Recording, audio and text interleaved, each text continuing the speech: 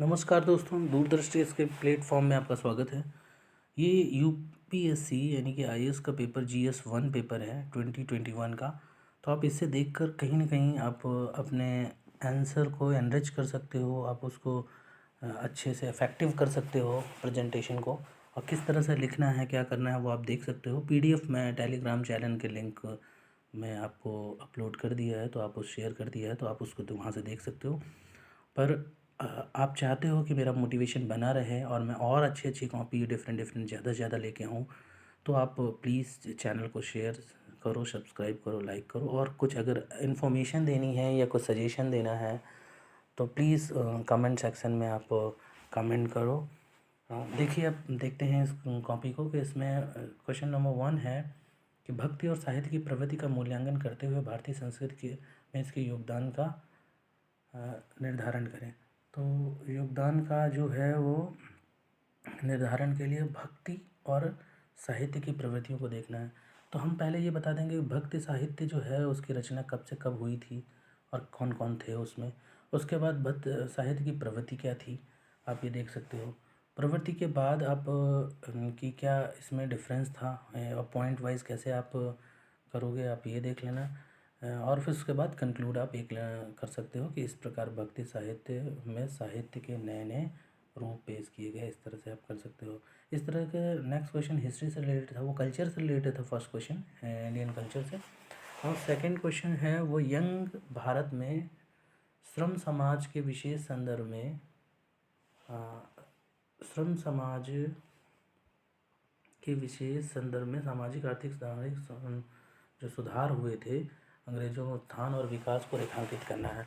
तो इसमें आप देख सकते हो कि किस तरह से इंट्रोडक्शन पार्ट बनाया गया है, किस तरह से लिखा गया है कि 19वीं शताब्दी में कैसे हुआ, और उसके बाद अंग्रेज और ईसाई का किस तरह से प्रभाव पड़ा। और उसके बाद आप देख सकते हो कि ब्रह्म समाज में मतलब क्या उसके मेन पॉइंट्स थे, और यंग इंडिया इनको आप छोटे छोटे उसी क्वेश्चन में जिन जिन की बात की गई है आप उसी की हेडलाइन आप बना सकते हो कि ब्रह्म समाज में क्या था, या यंग जो बंगाल है उसमें क्या था। इस तरह से करके कंक्लूड कर सकते हो अगर आपको कुछ नहीं भी समझ में आ रहा है देन। उसके बाद नेक्स्ट है कि अंग्रेजी, नेक्स्ट क्वेश्चन है अंग्रेजी रियासतों में एकीकरण की प्रक्रिया में जो है प्रशासनिक मुद्दे जो हैं सामाजिक सांस्कृतिक समस्याओं का आकलन करना है। तो अब इसमें भी फिर उसी तरीके से है कि हमें इंट्रोडक्शन पार्ट में फिर से वही क्या क्या एकीकरण में माउंटबेटन और ने किस तरह से योजना के आधार पर कैसे पहले भारत को किस तरह से रियासतों को विभाजित हुई थी तो उनको एक करा करा गया, और उसमें ब्रिटिश शासन जो है वो व्याप्त था। तो किस तरह से आप फ्लो चार्ट के हिसाब से अब आप इसको पढ़ सकते हो, और उसके बाद आप किस तरह से लिखना है और कौन कौन सी समस्याएं थी। सपोज दैट जो कश्मीर का इशू था, इधर जूनागढ़ का इशू था और हैदराबाद का, ठीक कैसे मतलब पटेल जी ने कैसे इसको सॉल्व किया, किस तरह से एकीकरण किया और कैसे विलय किया, और उस तरह से कितनी रियासत थी, क्या था। तो सारा अब इसमें जो थे वो सरदार पटेल ने और पीवी मेनन ने किस तरह से नेतृत्व में भारत का एकीकरण किया था, तो वो सारे पॉइंट्स करके आप कंक्लूड कर सकते हो। इसी तरीके से एक ज्योग्राफी का क्वेश्चन था कि हिमालय क्षेत्र में और पश्चिमी घाटों में भू समस्या के विभिन्न कारणों का, तो भू जो स्खलन है तो उससे कैसे मीन्स ज़्यादातर पहाड़ी क्षेत्रों में ही होता है जिसमें लैंड फॉल्स जिसको बोलते हैं, तो उसके बारे में है। तो आपको कहाँ कहाँ से देखिए इंट्रोडक्शन पार्ट दिया गया। उसके बाद जियोग्राफिकल सर्वे ऑफ इंडिया के बारे में बताया गया कि 75% जो है भूस्खलन में आता है भारत का, सॉरी 25%।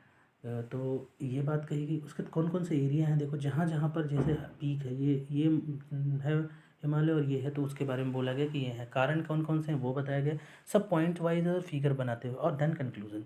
इसी तरीके से नेक्स्ट है गोंडवाना लैंड के देशों में एक होने के बावजूद भारत के खनन उद्योगों को सकल घरेलू उत्पाद में बहुत कम योगदान है।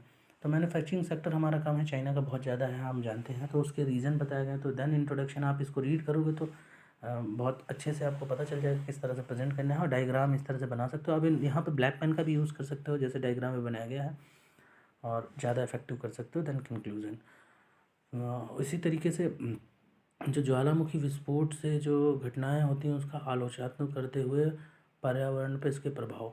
मीन्स अभी तो ज्वालामुखी के हर एक चीज़ का पॉजिटिव नेगेटिव इफेक्ट होता है, यहाँ पर पहले ज्वालामुखी इंट्रोडक्शन देना है और उसके बाद ये बताना है कि ज्वालामुखी में कौन कौन से पार्ट होते हैं, उसके बाद कौन कौन से ज्वालामुखी कहाँ कहाँ हैं, ये भी आप हल्के से इंट्रोडक्शन दे सकते हो।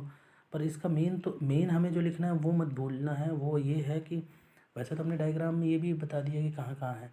अब ये है कि प्रभाव कौन कौन से पड़ते हैं, तो ये इफेक्ट्स हैं कौन कौन से पड़ते हैं, देन कंक्लूजन। तो इफेक्ट्स क्या है, कैसे क्लाइमेट चेंज हो रहा है या कैसे डिस्प्लेसमेंट हो जाता है, ह्यूमन जो जितने भी हैं उसमें कैसे प्रभाव पड़ता है, ह्यूमन बीइंग पे, मृदा पे कैसे प्रभाव पड़ता है, वो सब करना है। उसके बाद भारत के महाद्वीपीय भाग माना जाता है, भारत को उपमहाद्वीपीय भाग जाना जाता है। तो उपमहाद्वीपीय भाग जो है भारत का, उसके बारे में आपको बताना है कि कैसे कौन कौन से पाकिस्तान इस पड़ोसी राज्य और उनका जिक्र करना है और उसको करते हुए हमें एक्सप्लेन करना है। द नेक्स्ट है कि क्वेश्चन ये है कि जनगणना से रिलेटेड है कि ज्ञान और सांस्कृतिक प्रणालियों की तुलना में आदिवासी ज्ञान की विशेषता की जांच कीजिए। तो इस तरह से है। तो आप इसको अगेन इंट्रोडक्शन में फिर से आप कुछ नहीं पता है फिर भी आप SC ST के बारे में सेंसस बता सकते हो कि 8.6% जो हैं वो हमारे में ST हैं, शेड्यूल्ड ट्राइब्स हैं। और उसमें अंतर क्या है, उसमें सांस्कृतिक विविधता, आप वहीं से सांस्कृतिक विविधता, यही छोटे छोटे इसी से आप टॉपिक के ST क्या है, सांस्कृतिक विविधता क्या है, उसके बाद आदिवासी ज्ञान क्या है, छोटे छोटे टॉपिक बना के भी आप कंक्लूड कर सकते हो। तो क्या है वही यहाँ पे किया गया, देखिए छोटे छोटे सब टॉपिक बनाए गए हैं।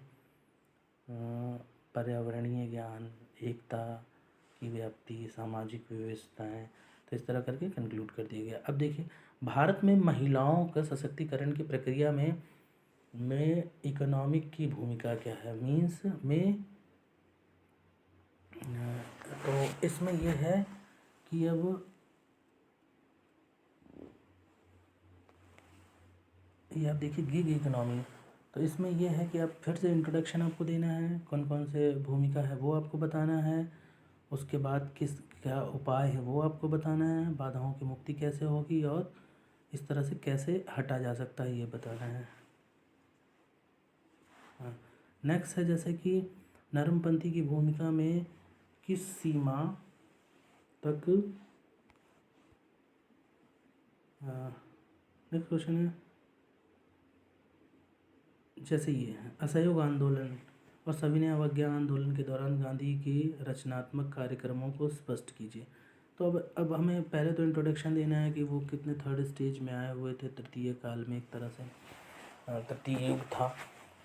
उसके बाद कौन कौन से आंदोलन हुए, संघर्ष वाले कौन से हुए, 24 के बाद क्या हुआ, अस्थिरता आई उसके बारे में, और उसके बाद फिर 24 के बाद क्या क्या हुआ कि छुआछूत का कैसे निवारण किया, स्वावलंबन के लिए क्या किया, और उसके बाद आपसी भाईचारा, ग्रामीण विकास भी किया, जिसकी वजह से आर्टिकल 40 आया था। एंड देन कंक्लूजन, दोनों पश्चिमी और बीच में लोकतांत्रिक राज्य प्रणाली को गंभीरता की चुनौती उत्पन्न की। मतलब दोनों पश्चिम विश्व में के मुद्दों, दोनों विश्व मुद्दों में के बीच लोकतांत्रिक राज्य प्रणाली के लिए गंभीर चुनौतियां उत्पन्न की हैं। तो इसमें ये बताना है कि कैसे दो विश्व युद्ध जो हुए थे उसमें किस तरह से, तो दो विश्व युद्ध कब हुए थे, उसका किस तरह से अनस्टेबिलिटी आई है, कैसे उसका किस तरह से तानाशाही का उदय हुआ, और उससे रिलेटेड जितनी इन्फॉर्मेशन है वो देन कंक्लूजन आप पढ़ोगे तो अच्छे से आप समझ सकते हो। उसके बाद विश्व की पर्वतीय श्रृंखला के संक्षिप्त उल्लेख कीजिए। तो पर्वतीय श्रृंखला कौन कौन सी हैं, पहले हमें पर्वतीय श्रृंखला होती क्या है उसकी डेफिनीशन, और उसके बाद एक डायग्राम के हेल्प से हम भी बता देंगे कौन कौन सी है। जैसे यहाँ पे रॉकी है, एंडीज़ है, हिमालयन है, ग्रेट डिवाइडिंग रेंज है। तो इस तरह करके हम बता सकते हैं और सबकी फिर उसके बाद विशेषताएं बता सकते हैं, देन कंक्लूजन। इसी तरीके से हम आर्कटिक की बर्फ़ और अंटार्कटिक के ग्लेशियर का जो पिघलना है वो अलग अलग देशों में जैसे है उसमें क्या एक तरह से गतिविधि पे क्या प्रभाव पड़ रहा है, क्लाइमेट चेंज से रिलेटेड है। तो पहले हम फिर से वही इंट्रोडक्शन देंगे, फिर कहाँ कहाँ है आर्कटिक अंटार्कटिक ग्लेशियर और क्षेत्र वो बता देंगे, देन उससे क्या फ़र्क पड़ रहा है, कैसे टुंड्रा और टैगा जो वेजिटेशन है, वनस्पतियाँ, वो कैसे प्रभावित हो रही हैं, उसको बताने के बाद फिर कैसे उसको रोका जा सकता है। और अगेन कंक्लूजन में फिर से वो SDG चाहे हम लिख रहे हैं, चाहे 70 @ 75 जो है अब उसको 100 कर दिया गया है, तो उससे रिलेटेड हम बता सकते हैं, या नीति आयोग से रिलेटेड या किसी रिपोर्ट को से रिलेटेड हम ये उसको यूज़ करके कंक्लूज़न दे सकते हैं। इसी तरह भारत के प्रमुख शहरों में आईटी उद्योगों के विकास की तुलना में प्रमुख सामाजिक आर्थिक प्रभाव क्या हो। तो आईटी उद्योग पहले कहाँ कहाँ से इंट्रोडक्शन दे दिया, देन कहाँ कहाँ है लोकेट कर दिया, उसके बाद उसका प्रभाव, फिर आ जाते हैं सीधे पॉइंट पे प्रभाव क्या हुआ, तो उसके बारे में दे देंगे एंड देन कंक्लूजन। और किस तरह से लिखेंगे वो आप देख सकते हो, कैसे फ्लो चार्ट बनाएंगे, डायग्राम बनाएंगे।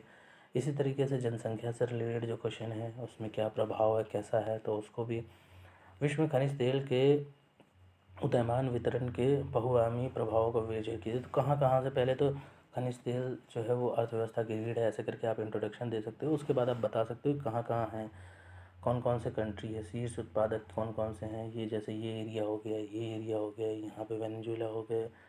तो इस तरह से आप इसको एरिया को बता सकते हो। उसके बाद आप उससे रिलेटेड प्रॉब्लम बता सकते हो कि कहाँ कहाँ से कौन सी प्रॉब्लम है और किस तरह से उसका सलूशन करेंगे। और फिर देन कंक्लूज़न की कंक्लूज़न है कि अभी जो है वो पर्यावरणीय किस तरह से प्रभाव है, जिसको कि सकारात्मक दृष्टि से जोड़कर हम लिख सकते हैं। अब ये है क्रिप्टो करेंसी, जो बहुत ही फेमस है इस समय। देखना गया है जो शेयर मार्केट से रिलेटेड इन्फॉर्मेशन होगी तो उसमें बहुत ही ज़्यादा डाउनफॉल आ रहा है, बट फ्यूचर की ये जो इन्वेस्टमेंट है, ये फ्यूचर की जो करेंसी है उसको बोला जा रहा है कि फ्यूचर करेंसी है। तो उसके बारे में क्या है कि कैसे क्रिप्टो करेंसी में कैसे होता है कि कैसे जो सेंडर होता है और कैसे रिसीवर होता है, प्राप्तकर्ता होता है, किस तरह से लेता है, लेन देन होगा। तो इसमें बिटकॉइन है और जो है ज़्यादा फेमस है, तो उसके सकारात्मक और नकारात्मक पक्षों को बताना है। और देन इससे ये है कि ट्रांसपेरेंसी होती है या फिर तो इसमें हम देख सकते हैं कि क्रिप्टो करेंसी में कैसे उसके नेगेटिव एस्पेक्ट हैं, नकारात्मक पक्ष हैं और कैसे सकारात्मक हैं, और देन कंक्लूजन कि किस तरह से रिजर्व बैंक और चिंता जो है वो स्वाभाविक है कि अभी इसमें अनसर्टेनिटी है, तो इस वजह से इसको देखते हुए कैसे ग्राफ डायग्राम कैसे बनाना है। बस अगर थोड़ा सा इसको अगर ब्लैक कर दिया जाता है इस तरह से तो ज़्यादा अच्छा रहता है, इफेक्टिव रहता है।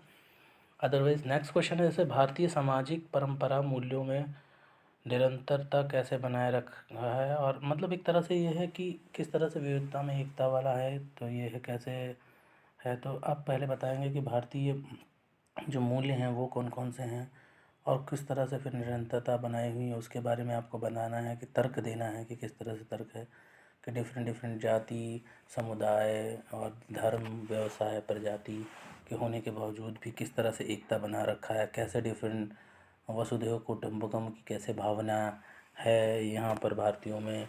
और different different geographical area, coastal, mountaineer, plains, कैसे कि पर्वत पठार, मैदान और तटीय भागों में रहते हुए किस तरह से, लेकिन अलग अलग हैं, द्वीपों में रहते हुए किस तरह से एकता है।